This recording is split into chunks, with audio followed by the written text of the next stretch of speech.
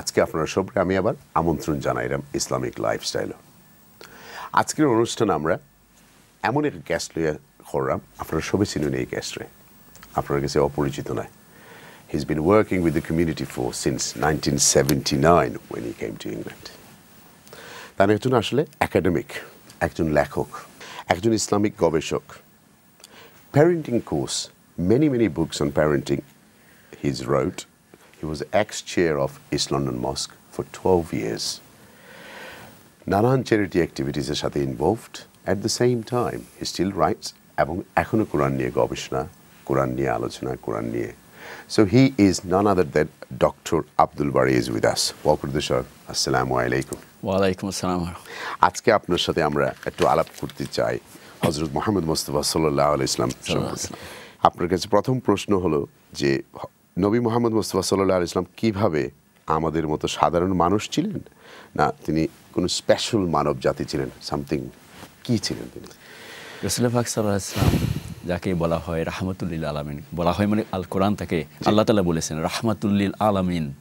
আমি একটু সংক্ষেপে বলবো, আলামিন বলতে বিশ্বজাহান।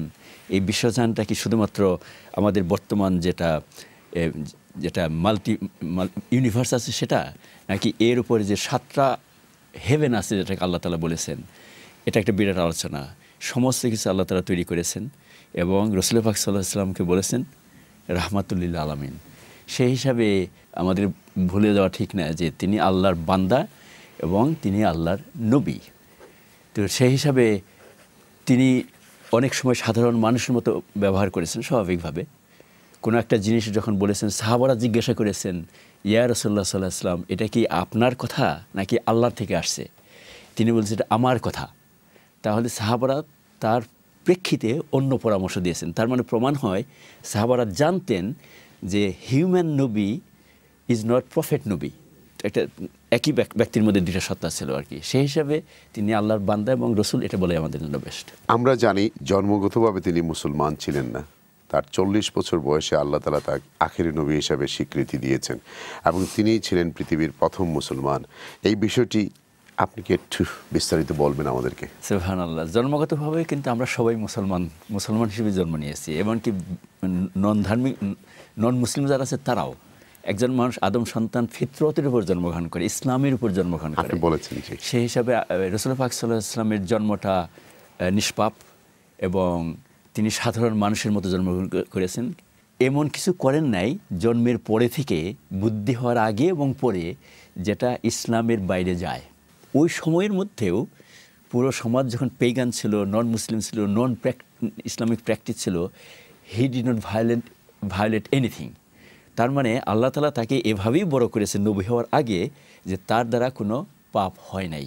মুহাম্মদ মুস্তাফা সাল্লাল্লাহু আলাইহি ওয়াসাল্লাম তার সময়ে যেভাবে রাষ্ট্র পরিচালনা করতেন, বর্তমান বিশ্বে এইভাবে কি রাষ্ট্র পরিচালনা করা সম্ভব?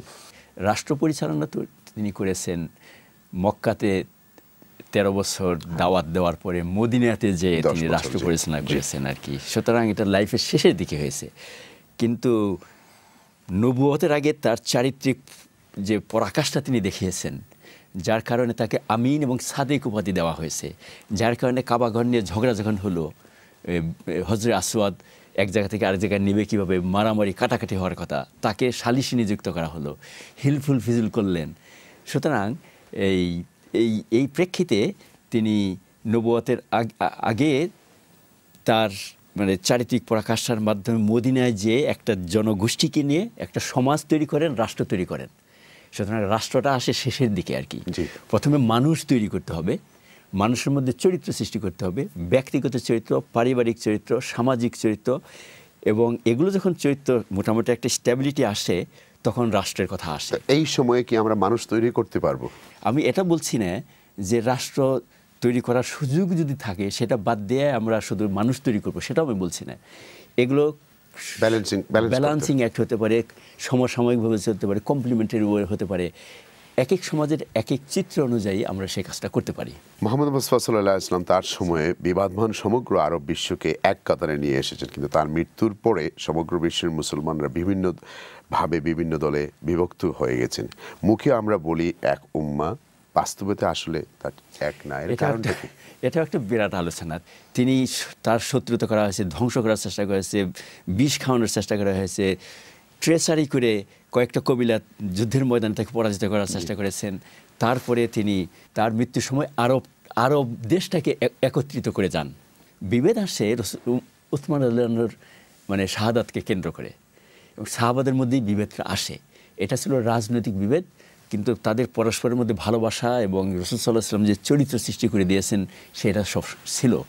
এই জন্য বলা হয় যে রাসূল সাল্লাল্লাহু আলাইহি ওয়াসাল্লামের যে 3টা জমানার কথা বলেছেন, খায়রুল কুরুনি কারনি সুম্মাল্লাযিনা ইয়ালুনহুম সুম্মাল্লাযিনা ইয়ালুনহুম।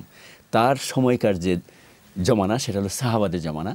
সাহাবাদেরকে যারা দেখেছে, রাসূল সাল্লাল্লাহু আলাইহি ওয়াসাল্লামকে দেখেনি, তারা হলো তাবেঈদের জমানা, তাবেঈদের পরে তাবেঈদের জমানা। এই 3টা জমানার কথা রাসূল সাল্লাল্লাহু আলাইহি ওয়াসাল্লাম উল্লেখ করেছেন। রাজনৈতিক বিভেদ ছিল, কিন্তু তারা আসলে উৎকৃষ্টতম মানুষ, এদেরকে বলা হয় সালাফ আর সালেহিন। বিভক্তি যেগুলো পরে এসেছে রাজনৈতিক, তারপরে বিভিন্ন কারণে এসেছে সেক্টারিয়ান, সেটা পরে এসেছে, সেটা একটা বিরাট আলোচনার জিনিস। এটা কোনো কোনো ক্ষেত্রে কিছু ইনএভিটেবল ছিল, কিছু মানে অযোগ্যতার কারণে, দুর্বলতার কারণে হয়েছে, but that's a very big discussion. আমি ওই সময়ের কথা বলছি না, বর্তমান অবস্থা দেখতেছেন কি অবস্থা, আমরা কিভাবে বিভক্ত। কিন্তু আমরা তো দোয়ার মধ্যে সব এক উম্মাহ বলি, কিন্তু আমরা তো এটা বাস্তবে আসলে এক উম্মাহ আরেক উম্মার জন্য আমরা করি না। এটা কন্টেম্পোরারি জিনিসটা খুবই গুরুত্বপূর্ণ, এবং এটাও আবার খেয়াল রাখতে হবে যে কন্টেম্পোরারি সিচুয়েশনটা এসেছে বাংলাদেশে। আমরা 190 বছর পরাধীন ছিলাম, এবং মুসলিম দেশগুলো খুব কম দেশই বাকি ছিল যারা কলোনাইজ ছিল না। আফ্রিকার মুসলমানদেরকে, যাদের মধ্যে 15 মিলিয়ন বলা হয়, তার প্রবলি 1/3 বা হাফ ছিল মুসলিম।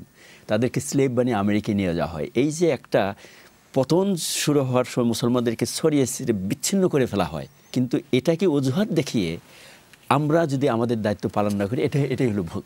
আমাদের যেটা মৌলিক দরকার, এখানে ধর্মীয় নেতৃত্ব, সামাজিক নেতৃত্ব, রাজনৈতিক নেতৃবৃন্দ, কালচারাল নেতৃবৃন্দ, মুসলমানদের মধ্যে যারা থাকবেন, তাদের মূল কথা হলো ইসলামটাকে প্রসারিত করা, ইসলামটাকে ধরে রাখার জন্য রাস্তা বের করা দরকার। সেটা হলো এখানে পারস্পরিক প্রতিশোধ, প্রতিহিংসা, রাজনৈতিক বিরোধিতা যদি বিভক্তির পর্যায়ে চলে যায়, মারামারির পর্যায়ে চলে যায়, এটাতে কোনো পাশ্চাত্য দেশেও রাজনীতি নিয়ে মারামারি করে না। আমরা করি কেন? এটা ধর্মের কারণে না, এটা হলো আমাদের সংকীর্ণতা এবং ওয়াইড হার্টেডনেসের অভাব, শর্ট সাইটেডনেস, ধর্মীয় মৌলিক জিনিস না বোঝার কারণে এগুলো হচ্ছে। আমাদের মূল ধর্মের দিকে যেতে হবে, আখলাক ভালো করতে হবে, মানুষ তৈরি করতে হবে। নবীজি নিজেই জানতেন তার মৃত্যু কখন হবে, তবুও মৃত্যুর আগে তিনি কেন কোনো পরবর্তী খলিফা নির্ধারণ করে যাননি? কার মৃত্যু কখন হবে, কিয়ামত কখন হবে, আল্লাহ ছাড়া কেউ জানেন না। সুতরাং রাসূল সাল্লাল্লাহু আলাইহি ওয়াসাল্লাম এটা সরাসরি কোন দিন কোন সময় হবে এটা হয়তো জানতেন না, কিন্তু তাকে আইডিয়া দেওয়া হয়েছে যে এই সিচুয়েশন আসছে। বিদায় হজে তিনি কথা বলেছেন, পরে বিদায় হজের সময় খুতবার সময় তিনি উল্লেখ করেছেন, এবং খুতবাটা কেউ বুঝে নাই একমাত্র আবু বকর রাদিয়াল্লাহু আনহু ছাড়া। আমার প্রশ্নটা ছিল যে পরবর্তী খলিফা কেন নির্ধারণ করেন? পরবর্তী খলিফা নির্ধারণ আল্লাহ পাক ভালো জানেন, রাসূল সাল্লাল্লাহু আলাইহি ওয়াসাল্লাম ভালো জানেন। এটা তো আমাদের একটা ব্যাখ্যার কথা আর কি। সেটা হলো তিনি যদি খলিফা নির্ধারিত করে যেতেন সরাসরি নাম উল্লেখ করে, তাহলে সিলসিলা হয়ে যেত মুসলিম উম্মার কিয়ামত পর্যন্ত, যে আগের খলিফা, আগের নেতা পরবর্তীকে নির্ধারিত করে যাবেন। কিন্তু তিনি ইঙ্গিত দিয়ে গেছেন। আবু বকর রাদিয়াল্লাহু আনহুকে তিনি নামাজের ইমামতি করতে বলেছেন। রাসূল সাল্লাল্লাহু আলাইহি ওয়াসাল্লাম নিজে আবু বকর রাদিয়াল্লাহু আনহুর পিছনে এক ওয়াক্ত বা 2 ওয়াক্ত নামাজও পড়েছেন।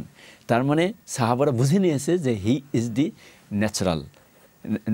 Natural leader. শিয়ারা তো মনে করে যে আলী রাদিয়াল্লাহু আনহু হওয়ার কথা। হ্যাঁ, শিয়াদের ব্যাপারে, বিশ্বাসের ব্যাপারে আমাদের সাথে অমিল আছে কিছু। একটা হলো যে ইমামতটাকে তারা খুবই গুরুত্ব দেয়, এবং আলী রাদিয়াল্লাহু আনহুকে তারা প্রথম ইমাম মনে করেন, এবং কোনো কোনো শিয়া এটাও মনে করেন যে ইমামরা অনেক নবীর চেয়েও হয়তো যোগ্য বেশি আর কি। আমরা এটা বিশ্বাস করি না আর কি। সুতরাং কিছু মৌলিক পার্থক্য আছে, আর কিছু আছে রাজনৈতিক পার্থক্য। রাজনৈতিকভাবে তারা যদি মনে করে যে আলী রাদিয়াল্লাহু আনহু যোগ্য বেশি ছিলেন, সেখানে যোগ্যতার প্রশ্নে সাহাবারা তৎকালীন আমলে যেটা সিদ্ধান্ত নিয়েছেন সেটা তারাই ভালো বোঝেন আর কি। আপনি কি মনে করেন ওই সময় থেকেই শিয়াদের জন্ম, এই ডিবেট থেকেই তাদের জন্ম না? শিয়াইজমের জন্ম হয়েছে আলী রাদিয়াল্লাহু আনহুর সাথে যখন মুয়াবিয়ার ঝগড়াটা শুরু হয়। যখন তৃতীয় খলিফার শাহাদাতের পরে এক গ্রুপ দাবি করে যে এটার বিচার করা দরকার, আলী রাদিয়াল্লাহু আনহু তখন খলিফা হন, চতুর্থ খলিফা।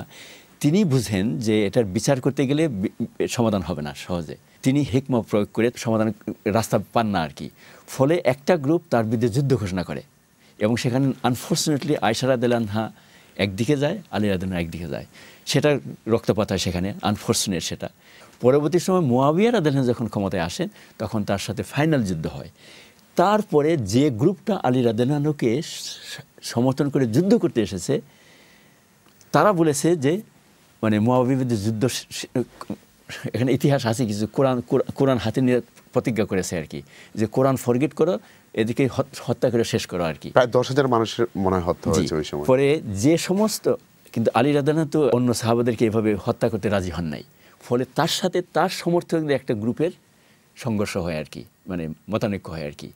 তো আপনি কি বলতে চাচ্ছেন যে শিয়ার মধ্যেও দুইটা গ্রুপ আছে? শিয়াদের মধ্যে প্রথম দিকে ওই বাহিনীটাই যারা আলী রাদিয়াল্লাহু আনহুর বিরুদ্ধে চলে যায়, তারা শত্রুতা করে। পরে যখন আলী রাদিয়াল্লাহু আনহুর ছেলে যে হুসেন রাদিয়াল্লাহু আনহুকে যখন শহীদ করা হয় তখন আলী রাদিয়াল্লাহু আনহুর সাপোর্টাররা তখন শিয়াইজমের দিকে চলে যায় আর কি। ভিউয়ার্স, আমরা একটা ছোট্ট বিরতির যাইব, বিরতির পরে আমরা কন্টিনিউ করবো এবং বিদায় হজ নিয়ে আলাপ করবো। So let's go for a break. مضيت إلى حفظ السور كي أقطف من خير